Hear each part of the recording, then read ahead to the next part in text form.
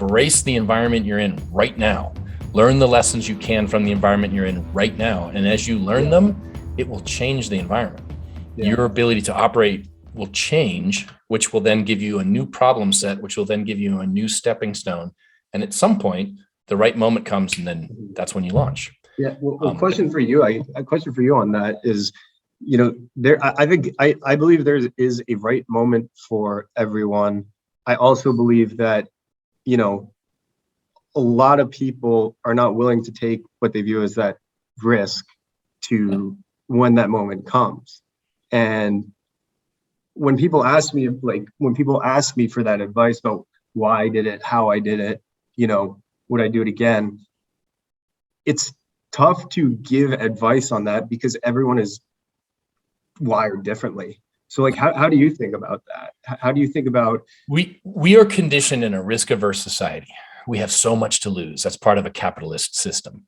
And on top of that, if you look at it, everything in our lives has been fed to us. We had a syllabus that told us exactly what to study, and then it racked and stacked us with the grades that we got, right? We had a job that gives us exactly what work needs to be done. I mean, your example, the first job, it was like, we want you to color code and tabulate these Excel charts. Great.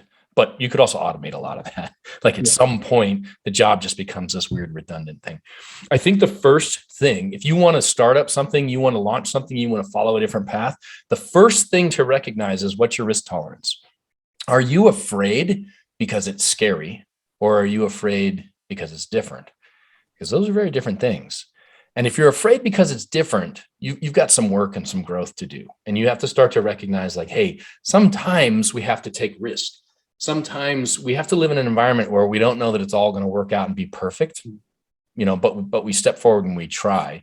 In the military, that's the concept of maneuver warfare. Like I recognize I can charge straight at you and we can, have a force on force, head to head conflict.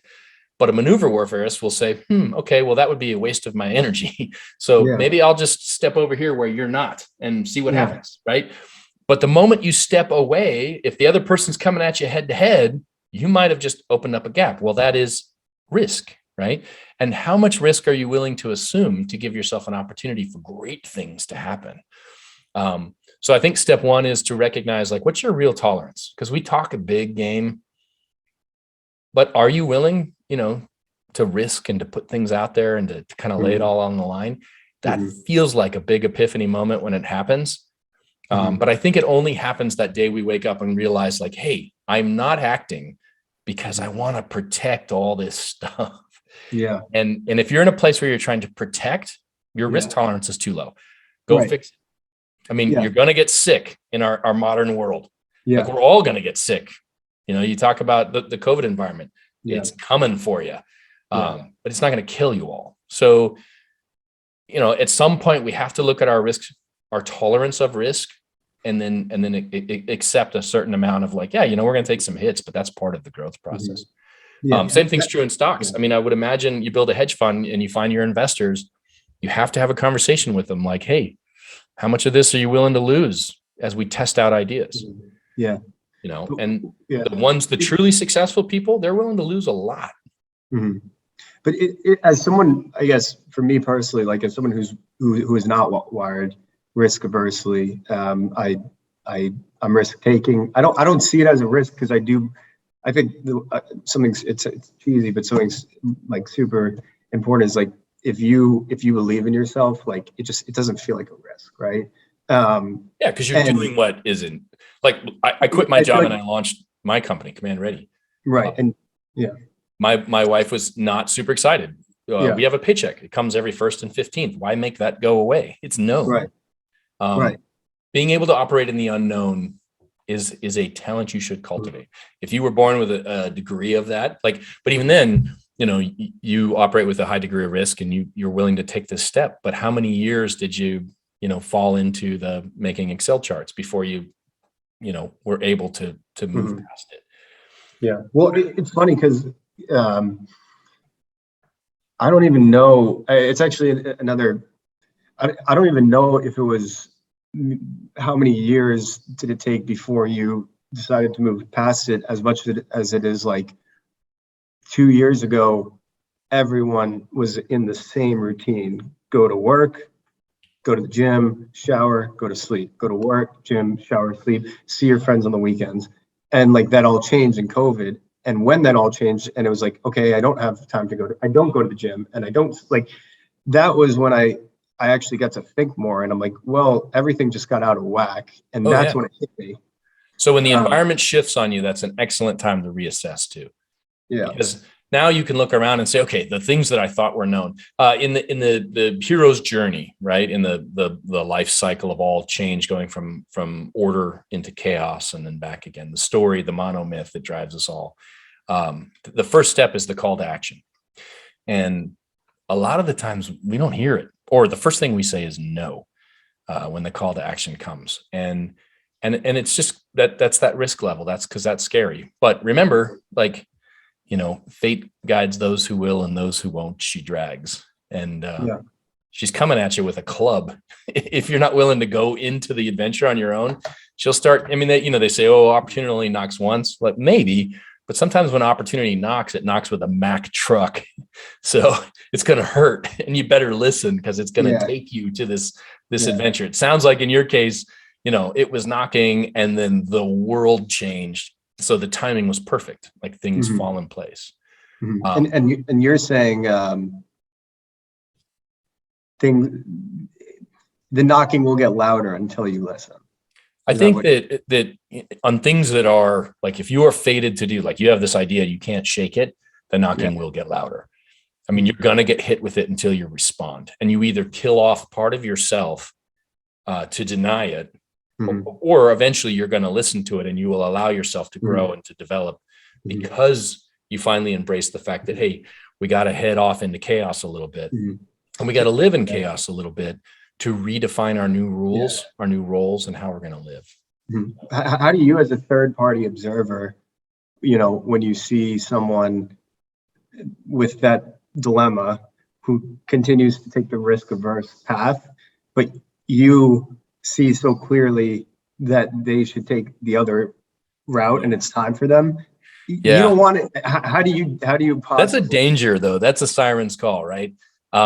There's an old expression that says, when you can see someone's path clearly, it's because it's not yours, right? Like, I could tell you advice on what you ought to do, because again, I don't carry any of the risk in your life. Like, I don't recognize what's important to you. I mean, I don't, even if I knew you super well, I don't know you well enough to know what's truly scaring you. So as a neutral third party, can give you advice and say, yeah, you should get rid of that and do this. But I don't know the emotional strings you have with the thing I'm telling you to dump. That's a really good point. And that's so, and that's a coaching thing too. Like when we do programs with mentorship and stuff, the danger is always that I could tell people what to do because there's no risk for me. I give you some advice and it's like, good luck, and I can take off because, it doesn't affect me. I get to be the catalyst. And so you have to be really careful when you see the path clearly, when you can see exactly what you're supposed to be doing. Be careful because it's not yours. Yeah. Like when it's yours, it's invisible. You can't. Yeah. And it's also like you can tell someone what they should do because that's what I would do, but that is a different human than you. Where their values lie and where their importance lie. Right. So if you want to help somebody develop, a higher capacity for risk, the true thing to do is sit down and let them start to articulate what is valuable, what's important, how it integrates with their life. Let them start to define their boundaries. Yeah. And as they start to identify their boundaries, then you can have conversations that are very real about like, okay, is that a boundary you've made or is that one that actually exists? And oftentimes what we'll find, there's a series of rules that life hacks. And one of them is be impeccable with your words, because the way we define the things around us creates these bars, these boundaries in our head. Everything's simple from like, oh, I'm too fat, I'm too slow, I'm not smart enough. If you think those things, it starts to create mental boundaries, but also like, hey, I need this paycheck, or I don't know if my company will launch fast enough. Well, bars right down in front of you. And you start to create this prison in your own mind. Yeah. If you want to develop the ability to move past that, you have to start looking very, very carefully at what words are you using to describe your condition, your state, your being, right? Mm-hmm. And you need to be impeccable with the words you use to describe yourself. Mm-hmm. Because if they're limiting you, you're building a prison in your own mind, and that's on you, right? Yeah. And you got to be able to take that stuff away if you want to grow. All right, wait, we'll cut you off there, but if you are in a place where you're looking to launch something, if you're in a place where you're looking to take a risk, to take the leap, to follow that dream, that passion, reach out to us, talk to us, reach out to Corey. But the whole idea here is that when we take chances, right, we have to recognize that we're doing it in a world of risk or in a world of like opportunity. And it's how you describe it and how you look at it that allows you to either take the leap or causes you to sit back and sit in the cave and go, not today. So think about that. Like, are you being risk averse to something that is truly a danger, or are you being risk averse to a prison in your own mind? And that is the battlefield for the boardroom today. So, man, thanks for joining. Thank you so much. This has been great.